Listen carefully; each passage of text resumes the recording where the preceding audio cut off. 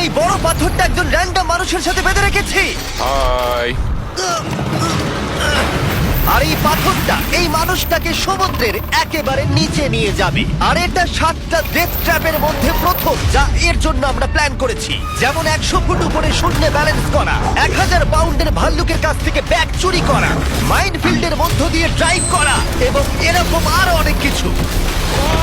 আর যদি ও সবকটা সার্ভাইভ করতে পারে আমি ওকে $5 লাখ দেব। ঠিক আছে, আমি চললাম।